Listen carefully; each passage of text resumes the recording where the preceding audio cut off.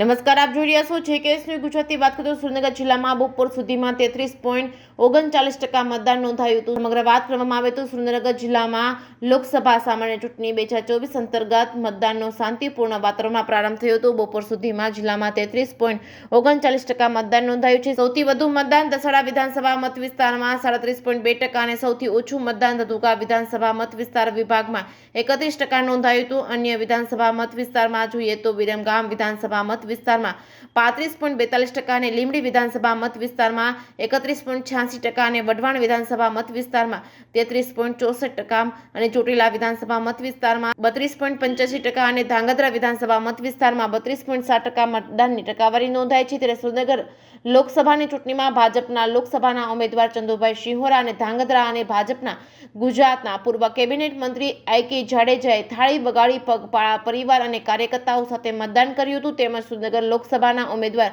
ઋત્વિક મકવાણાએ ચોટીલા ખાતે પરિવાર સાથે મતદાન કરી જીતનો વિશ્વાસ વ્યક્ત કર્યો હતો। ભાજપના જિલ્લા પ્રમુખ હિતેન્દ્રસિંહ ચૌહાણ અને કોંગ્રેસના પ્રમુખ નૌશાદભાઈ સોલંકી સહિતના આગેવાનો કાર્યકરો ઉત્સાહભેર મત આપી જીતનો વિશ્વાસ વ્યક્ત કર્યો હતો।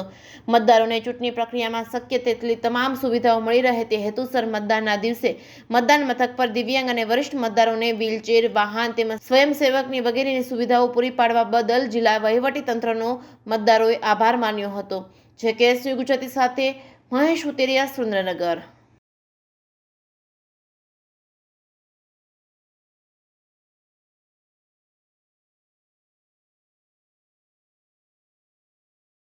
લોકશાહીનું મહાપર્વ લોકતંત્રનો આજનો પવિત્ર દિવસ લોકસભા માટે જ્યારે મતદાન યોજાઈ રહ્યું છે ત્યારે આવો આપણે સૌ સાથે મળીને મતદાન કરીએ। વિકસિત ભારત માટે દેશના વડાપ્રધાન માનનીય નરેન્દ્રભાઈ મોદી અથાગ પરિશ્રમ કરી રહ્યા છે ત્યારે આપણે આપણા વોટની કિંમત સમજીએ અને આપણા મત થકી વિકસિત ભારતના નિર્માણના કાર્યમાં સહયોગી બનીએ। ગુજરાત અને દેશે અનેક ક્ષેત્રોમાં નવી પ્રગતિ કરી છે। દેશની અર્થતંત્રને મજબૂતાઈ આપવાની સાથે સાથે આપણી સાંસ્કૃતિક ધરોહરને ઉજાગર કરવાનું કામ માનનીય નરેન્દ્રભાઈ મોદીએ કર્યું છે અને સમગ્ર દેશમાં આમ સમાજ માટે સમાજલક્ષી વિકાસલક્ષી અનેક પ્રકારના હિતકારી જ્યારે કાર્યો થયા છે ત્યારે એ કાર્યને આગળ ધપાવવા માટે આપ સૌ મતદાન અવશ્ય કરો।